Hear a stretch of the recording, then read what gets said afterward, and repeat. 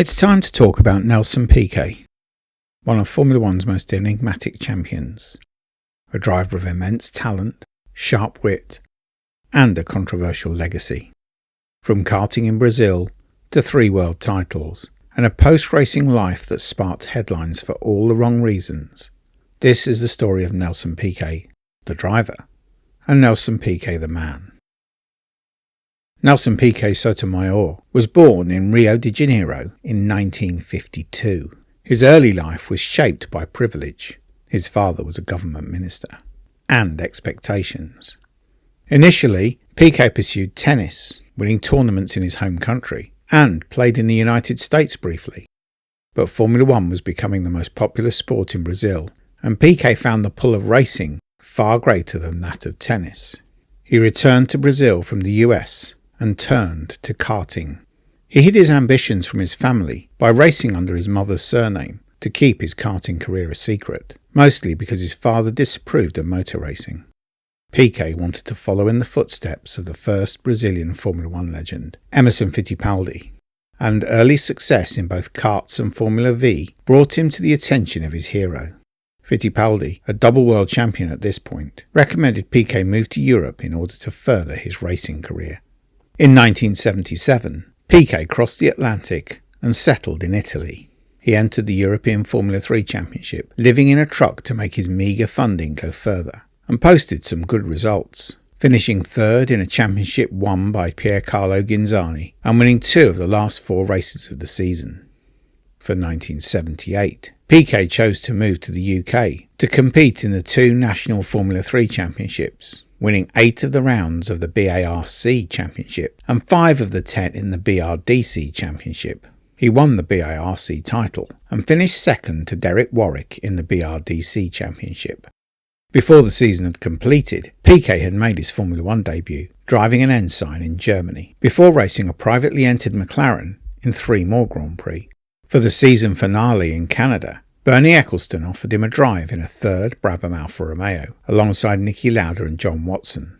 Ecclestone had noted Piquet's performance in British Formula 3, where he had surpassed Jackie Stewart's long-standing record for race wins, and wanted to evaluate him as a possible driver for the future. Whilst Piquet's 14th place qualifying position and 11th place finish weren't especially notable, the team were impressed with Piquet's composure, speed, and most of all, the feedback he provided on the way the car was handling. Added to the speed he had already demonstrated in junior formulae, Ecclestone guessed that he had a real prospect on his hands and signed Piquet for the 1979 season, dumping John Watson to make room for his new driver. Driving alongside Niki Lauda provided an immediate benchmark for Piquet's performance, and the signs were good. Right from the start he was close to the Austrian in qualifying, and in the latter stages seemed to have the upper hand. In Canada, where Brabham introduced its new Cosworth-powered car, Lauda made a snap decision to retire, claiming that he was bored of driving round in circles, finding the new car less exciting than its Alfa Romeo-powered predecessor, and also, no doubt, weary of the prospect of trying to keep up with the young Brazilian who had all the speed and composure to compete with Lauda, but backed it up with youth and enthusiasm too. The season was blighted by mechanical issues, but Piquet was one of several new kids on the block whose performances suggested that the 1980s were going to be a decade to remember. In 1980, only his 2nd full year in Formula One, he finished runner-up to Alan Jones in the championship. Gordon Murray's BT49 was a light and nimble race car, and although it never generated the downforce of the Williams FW07, which carried Jones to the title, it was a car which rewarded finesse and a driver who worked with the car to race to its strengths. The Williams required more aggression and brute strength from its drivers, perhaps a reason why Jones enjoyed so much success with it.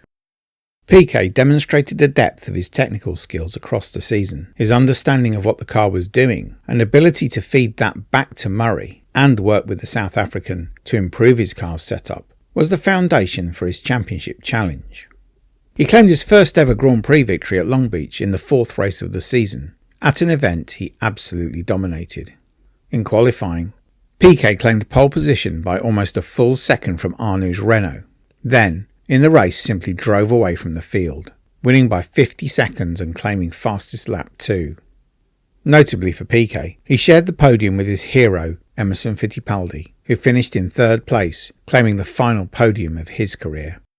From Monaco through to Italy, Piquet showed remarkable consistency, scoring points in all 7 races, including 4 podium finishes, with victories in Holland and at Imola. The Dutch win came at the expense of Alan Jones, who ran off the road and damaged his car's ground effect skirts whilst leading.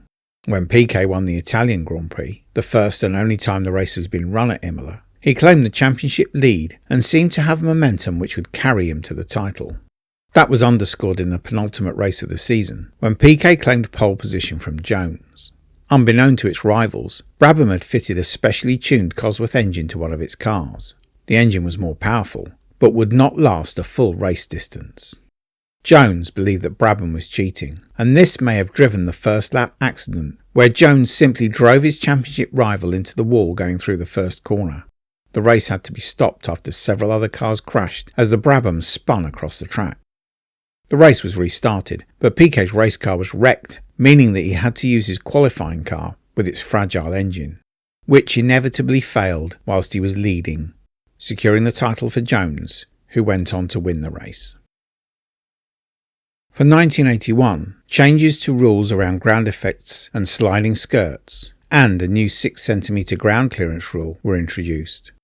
New checks were introduced in pit lanes to ensure cars complied with the new rules. Gordon Murray was quick to identify a workaround, which allowed Brabham to return to 1980 downforce levels, which gave them a brief advantage, although other teams quickly caught up. Initially, it looked like Williams still held an advantage, with the team scoring 1-2 finishes in the opening 2 races of the season. The second was to result in a fallout between Jones and teammate Reutemann, and this inevitably would assist Piquet's title challenge. In Argentina, Murray introduced his workaround for the new rules, which allowed the Brabham to run with its skirts on the ground when on the track, but still be compliant when measured in the pit lane. Piquet took pole position, fastest lap, and won the race from Reutemann's Williams. He followed that up with victory in the first ever San Marino Grand Prix, passing Pironi for the lead in a rain-affected race as the Frenchman's Ferrari struggled with its tyres. In Belgium, Piquet was punted off the track and out of the race by Jones, who then himself crashed a few laps later. Piquet was furious, and the pair clashed in the Williams garage. Piquet allegedly threatened to kill Jones, whilst the Australian offered to take the argument outside. In Monaco, Piquet crashed whilst leading, much to Alan Jones' amusement, whilst in Spain, both crashed out. All of which meant that Carlos Reutemann had built up a solid lead in the championship and looked to be the title favourite. But that was to change in France, when Goodyear returned to Formula One after a half-season absence. The Michelin tyres, which most of the field had been using, had suited Reutemann's driving style well. And when Williams switched to the Goodyear tyres, he struggled to find the same balance as he had earlier in the season. Meanwhile, Piquet found the Brabham responded well to the new tyre, and apart from crashing out of the British Grand Prix, Piquet would score points in every race from France on. He scored his 3rd victory of the season in Germany, and his run of point-scoring results, allied to Reutemann's problems, meant that the 2 title protagonists were separated by just 1 point before the finale at the Las Vegas Grand Prix in the car park of the Caesars Palace Hotel. With Jacques Lafitte also mathematically capable of winning the title, there was everything to play for. Reutemann clinched pole position, having been fastest all through practice, whilst Piquet would start 4th. None of the championship contenders started well or had good races. Reutemann suffered from tyre issues and then lost the use of 4th gear, leaving him easy prey to Piquet, who passed him after just 17 laps. As the Williams slowed with its problems and dropped out of the points, Piquet needed only a 5th place finish to clinch the title, something he completed despite Lafitte and Watson closing in on him in the final laps. Piquet had become the 2nd Brazilian world champion and had confirmed his place in the Formula One elite at the beginning of the 1980s. His championship defence in 1982 was to be hugely disappointing in what was a chaotic season all round. Brabham had signed a contract to use BMW turbo engines, but in the early races swapped between the new BT50 BMW and the older BT49 Cosworth cars. Piquet thought he had won the 2nd race of the season in Brazil, but was disqualified after the water tanks used by Brabham were found to be illegal. BMW demanded that Piquet drive the turbo car thereafter, and reliability and performance issues meant that Piquet endured an awful season. He failed to qualify in Detroit, the only time he would do so in his career, but then followed it up with victory in Canada.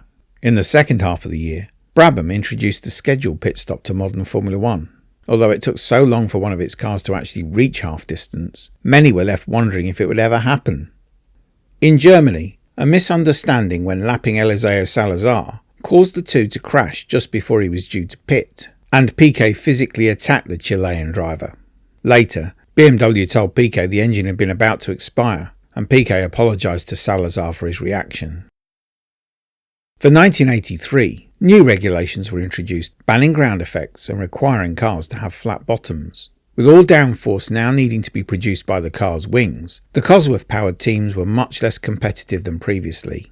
Turbo teams were able to drag enormous wings down the straights without giving up outright speed, and gaining the benefit of more downforce through corners. The championship developed into a four-way title fight, with Piquet's Brabham facing off against Alain Prost's Renault and the Ferraris of Patrick Tambay and René Arnoux. Piquet claimed victory in the first race of the season in Brazil, the third Brazilian to do so after Fittipaldi and Carlos Pache. The rest of the season was more than a little challenging. In France he was second to Prost. Historically, Renault always seemed to find a little bit of extra performance for its home Grand Prix. Whilst in Monaco, he was second to Rosberg, who performed a snatch and grab to claim just the second win of his career in the unfancied Williams Cosworth. In Detroit, he claimed fourth as the normally aspirated cars, led by Michele Alboretto's Tyrrell, cleaned up. Between Detroit and Monza, Arnoux and Prost dominated, with the Ferrari driver winning 3 to the Renault's 2.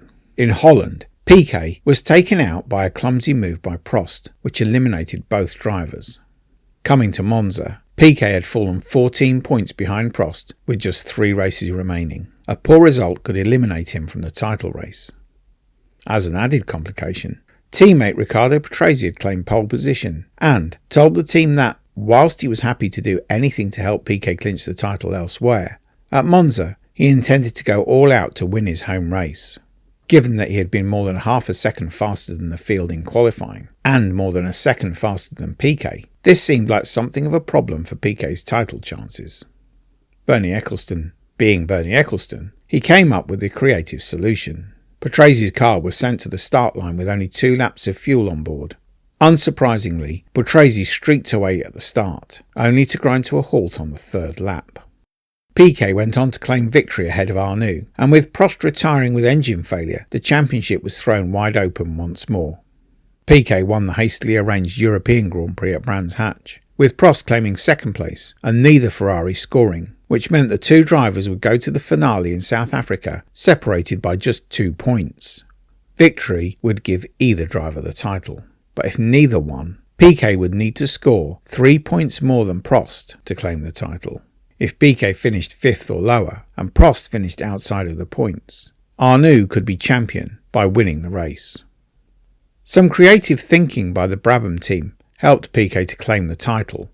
Now, 1983 was every bit a battle of technical development on all fronts. Michelin and Goodyear were fighting a tyre war. Ferrari, Renault and Brabham's engineers were pushing the limits of chassis and aerodynamic knowledge, whilst Ferrari, Renault and BMW engineers were developing their engines to produce ever-increasing amounts of power.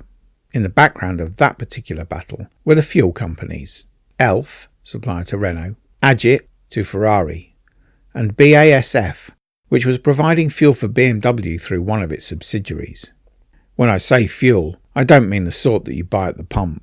Each supplier was creating additives and playing with chemistry to ensure that the maximum amount of power could be unleashed without blowing the engines to pieces.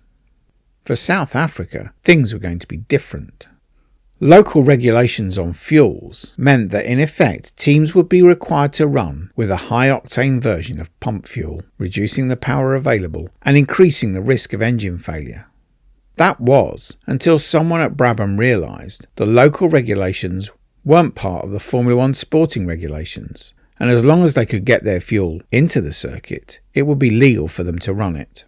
In qualifying, the teams all wound up the boost on their sacrificial engines, but in the race, only the BMW engines in the Brabhams would be able to run normal boost levels.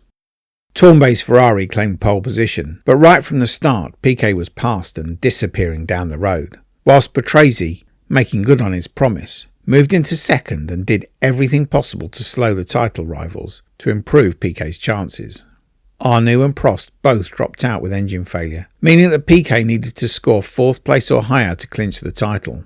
Mindful of the BMW's reliability challenges, Piquet wound down the boost and allowed Patrese and Andrea De Cesaris to go past him, doing only what was necessary to clinch his 2nd World Championship. At this point Piquet was on top of the world, recognised as both the fastest and most technically capable driver in the field. He was seen as charming and witty, and the partnership between Gordon Murray and Piquet was perhaps the strongest the sport had yet seen. Piquet was always ready to go testing, and the feedback he provided was instrumental in improving the cars that went to races. 1984 was to come as something of a shock then. New regulations limiting the amount of fuel which could be used during races hurt BMW badly. In contrast, the new TAG Porsche engine being used in the McLaren was very fuel efficient. Over the course of the season, Piquet and Brabham struggled in the face of the McLaren's superiority. Meanwhile, Prost's forced move from Renault to McLaren had turned into a blessing in disguise, and as he competed with Niki Lauda for the World Championship, his stature grew. In a difficult season, Piquet nevertheless claimed back-to-back victories in Canada and Detroit, but only made the podium on 2 other occasions, finishing a disappointed 5th place in the championship. Of the 11 races he failed to finish, 10 were the result of mechanical failure, and 8 of them were engine or turbo failures, likely a result of the need to run leaner mixtures to comply with the new fuel restrictions. If 1984 was disappointing, 1985 was even worse. The car was just as unreliable as the previous year, but now had slipped back in outright performance too, after Bernie Ecclestone accepted a significant financial inducement to switch to Pirelli tyres. The Italian company had supplied a few of the smaller teams, and Brabham was their first big fish, and it showed. Piquet often struggled to drag the car into the top 10 during qualifying, and his efforts were generally rewarded with mechanical failure on race day. In the first 6 races, Piquet scored just a single point by finishing 6th in Detroit. In the 7th race he claimed victory on what was a pure power track, something which the BMW Turbo had plenty of. For once, the planets aligned, the engine held together, and the tyres were competitive, allowing Piquet to claim his only victory of the season. Piquet was unhappy.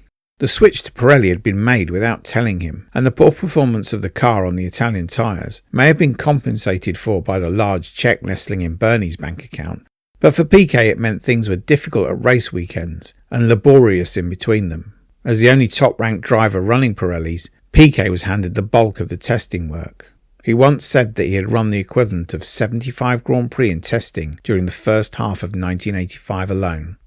It wasn't that he was being well paid for it either. When he signed for Brabham as a rookie, it had been with little bargaining power, and he was paid a pittance. 7 years on, and 2 world championships under his belt, his contract hadn't got significantly better. When Piquet found out how much Prost was earning, it was the final straw, and he reached out to other teams to see what his options were. Discussions about replacing Lauda at McLaren were short-lived. Ron Dennis put great store by his drivers doing PR work for main sponsor Marlboro. PR work was one thing Piquet had no interest in at all. Brabham sponsor Parmalat asked nothing of its drivers, and Piquet avoided personal sponsors so he didn't have to get involved in hawking their products and services. Eventually, Piquet came to an agreement with Frank Williams. He would switch teams and replace Keke Rosberg, who was replacing Lauda at McLaren. Williams' offer would make Piquet the highest paid driver on the grid and guaranteed him number 1 status in the team, with Nigel Mansell remaining with the team to fill the 2nd seat. 2 things happened after Piquet signed for Williams. Firstly, Mansell started winning races, which no one had really expected. And secondly, Williams was seriously injured in a road accident returning from testing.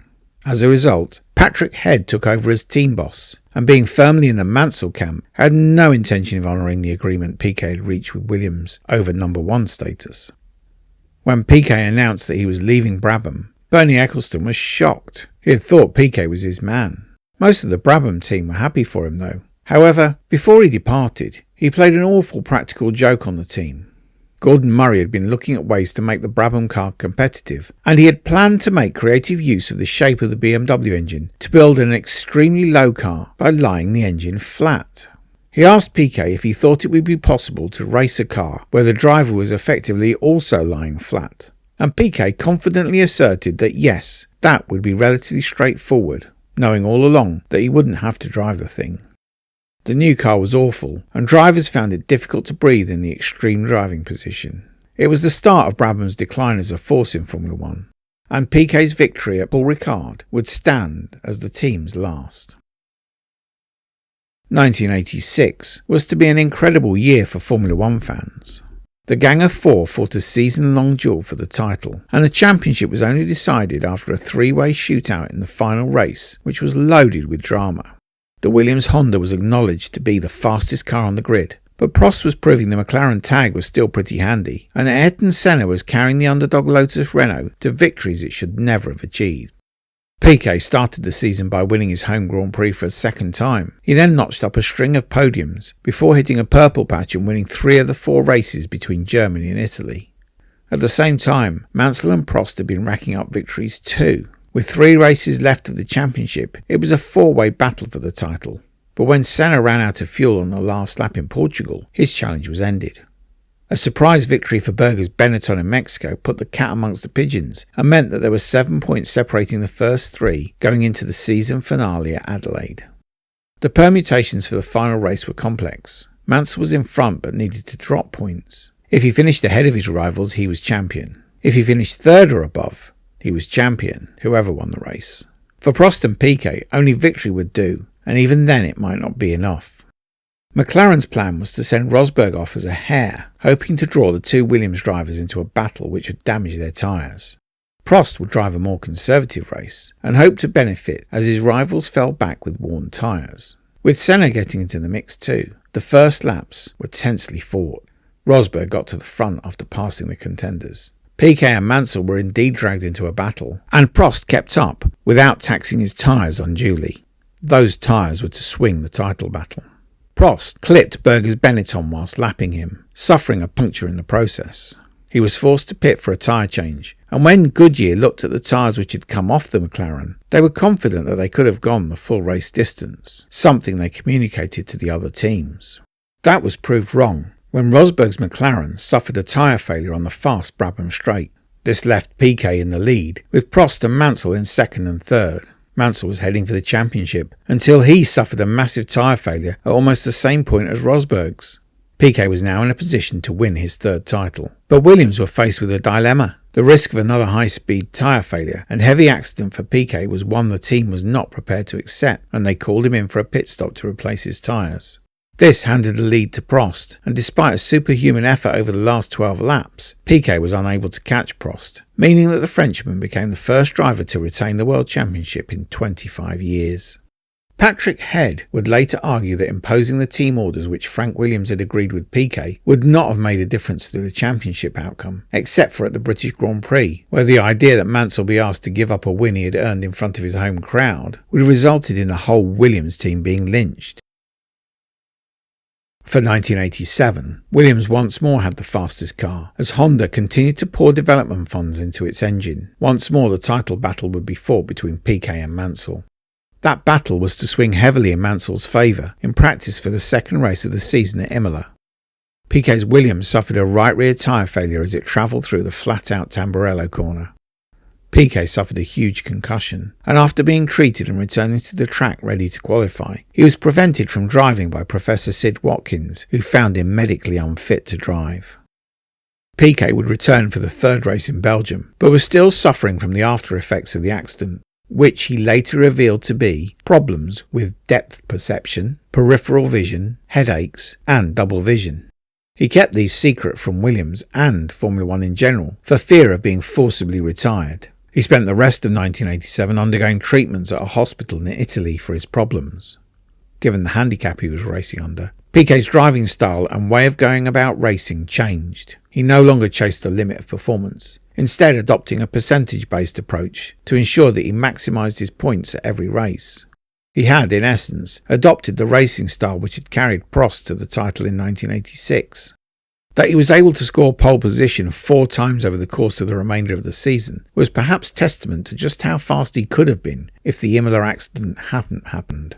The percentage approach paid off in spades. After retiring in Belgium, he finished second in Monaco, beginning a run of 9 consecutive podium finishes, including victories in Germany, Hungary and Italy.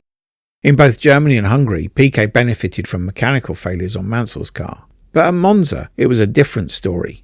Piquet had continued to take on the bulk of Williams' testing duties.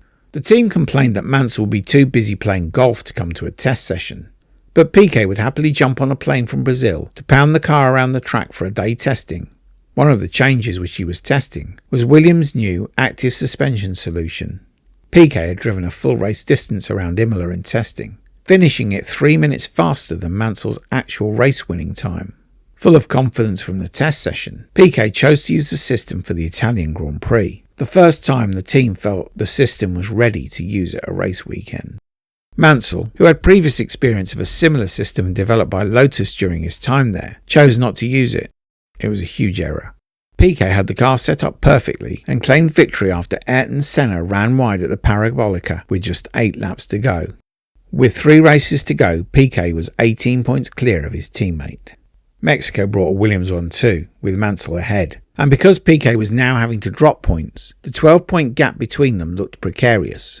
If Mansell won in Japan and Australia, Piquet would lose out on the title wherever he finished. In Suzuka, for the first Japanese Grand Prix since 1977, the title was decided before the race even began. In Friday qualifying, Mansell made a mistake in the S-curves and crashed heavily, injuring his back and eliminating him from the race. Piquet was champion for the 3rd time, emulating the feats of Fangio, Brabham, Stewart and Lauda, and becoming only the 5th man in history to become a triple world champion. Piquet had already announced that he was going to leave Williams for 1988. Honda had been unimpressed that its preferred driver had not been given fair treatment by the team, and had agreed to switch its engine supply from Williams to McLaren. The only question was, which of its 2 Brazilians would partner Alain Prost? Ron Dennis sought advice from Prost, and the Frenchman chose Senna. There are a number of ways of viewing this decision. Piquet was a triple world champion who was renowned for his technical ability and was close to Honda. Prost, like the rest of the sport, was unaware of the physical problems which Piquet was experiencing and was concerned that Piquet, who had been a fearsome competitor since the pair first locked horns in 1981, would beat him in equal machinery.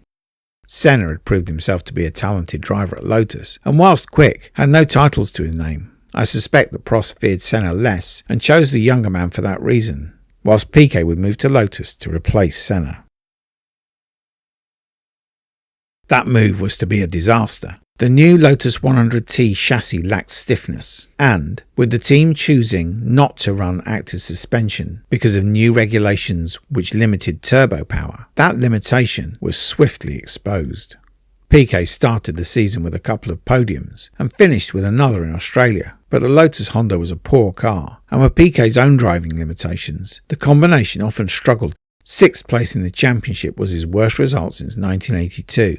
If anything, the 1989 Lotus 101 was even worse, with Honda having abandoned the team to focus on McLaren, and the replacement Judd V8 engine being a less than ideal replacement. Piquet failed to score a single podium for the first time since 1979. If things weren't already bad at Lotus, the announcement that the team would switch to Lamborghini engines for 1990 was a step too far, and Piquet left the team for Benetton. Benetton, concerned with the drop-off in Piquet's results, agreed to the deal only on the basis that they would pay Piquet for each point he scored in the championship. It was strongly rumoured that for each point scored he would earn $100,000. Whether it was the financial incentive or the combination of John Barnard's excellent chassis and Ford's new HBA engine, Piquet seemed to be back to his old self. He scored points in every race in the first half of the season, barring Monaco, where he was disqualified, and every race in the second half, barring Germany and Spain, where he retired with mechanical issues. He finished the season with a flourish too, winning the Japanese Grand Prix after Senna and Prost had taken each other out at the first corner, leaving Piquet to battle with old foe Mansell for the lead. When Mansell snapped a drive shaft with an over-exuberant departure from his pit box, Piquet was able to cruise to victory. In Australia for the final race of the season, Piquet claimed the lead after Senna crashed out following gearbox failure, and Mansell had to pit for tyres after cooking his first set. Despite a Herculean effort from Mansell to close the gap, Piquet held on to win what was the 500th Grand Prix, claiming a place in history and 3rd place in the World Championship as a result. For 1991, Piquet would remain with Benetton, claiming podiums in the season opener in Phoenix and again at Spa, squeezing the final win of his career in between. Initially running in the midfield, he benefited from mechanical failures which ended the races of Prost, Senna and Alesi, whilst Moreno crashed out ahead of him and Patrese had to stop for tyres after suffering a puncture. This left Piquet in a distant second place behind Nigel Mansell's Williams. On the last lap of the race, Mansell began waving to the crowds in celebration, prematurely as it turned out. Coming around the hairpin, less than half a lap from the finish line, he let the Renault's engine's revs drop too low and it stalled. As Piquet cruised past the stricken Williams and realised what had happened, he reported that he finished the race laughing to himself at his own good fortune. It was only after the race that the reason for his rival's retirement became known, which obviously made the victory even sweeter. At the Italian Grand Prix, Benetton announced that it had signed Michael Schumacher on a long-term contract and he would be replacing Roberto Moreno for the rest of the season. The Germans surprised a few people by being faster than Piquet right from the very first race, which did much to convince outsiders that Piquet was finished as a Formula 1 driver. Piquet was informed that his services were no longer required at Benetton, and after brief discussions with Ligier and Ferrari, he accepted that his Formula 1 career was over. There was still time for one last hurrah in the rain at Adelaide for the last race of the season, where a torrential downpour before the race started meant that it should never have been run. Piquet actually finished second behind Ayrton Senna as cars aquaplaned off the track, leaving debris and mangled chassis all around the circuit. When Nigel Mansell crashed out heavily, the organisers relented and stopped the race, but then chose to count back 3 laps from the race being stopped on lap 17, rather than 1 lap as the rules required. As a result, Piquet was robbed of his last visit to the podium, being classified 4th instead of 2nd. It was an appropriately controversial way to end his career, given that in his final years, Piquet had become quite a controversial figure, needling opponents with insults, and playing mind games with them to offset his own personal issues with a lack of speed resulting from his 1987 accident. Piquet had been renowned as something of a practical joker, and was famous for his sharp wit. He was close friends with several other drivers, notably Andrea de Cesaris and Bruno Giacomelli. However, his attacks on other drivers began to take on a personal nature. He called Elio De Angelis a playboy and claimed he wasn't serious about being a racing driver, whilst 1982 world champion Keke Rosberg was called a pig and ridiculed for his weight and lack of fitness. Nigel Mansell's driving was called into question, saying the Englishman was too aggressive and had no finesse. He dismissed Mansell as crude and called him an uneducated blockhead, whilst also saying that he had an ugly wife. His biggest beef, though, was with Ayrton Senna, who he called the Sao Paulo taxi driver, and regularly attempted to insult by calling him gay. Even after Senna's death, the insults continued, and when asked who was the better driver, Piquet told the reporter that there was only one of them still alive. Piquet was to make homophobic comments about both Nico Rosberg and Lewis Hamilton, and then made several undeniably racist attacks on Lewis Hamilton, perhaps spurred on by his daughter Kelly's relationship with Hamilton's rival Max Verstappen. In summing up, we really need to consider Nelson Piquet the driver differently from Nelson Piquet the man. As a driver, Piquet was fast, technically gifted, and hard-working. He quickly adapted to the turbo engine era and the switch from ground effects to flat-bottom cars. His ability to work with engineers, and especially his relationship with Gordon Murray at Brabham, marked him out as more than just a racer who could drive quickly, but one whose feedback was invaluable in improving cars in an era when computers and simulation didn't exist, and only miles under the wheels could determine whether changes were improvements. As a driver and triple world champion, he remains one of the greats. As a man, Piquet amply demonstrates that greatness in sports or arts does not translate into grace in life. He sought advantage by provocation and went beyond what most reasonable people would consider acceptable. Unafraid to burn bridges, Piquet said what was on his mind, and at best what he said was careless and cruel. At worst it was indicative of deeply unpleasant character traits. Having alienated his peers, fans, and the world at large, his legacy has been tarnished. However, in sport we must separate the man from his achievements and celebrate the career of the driver who raced with his brain, even if he didn't make great use of it outside of the car.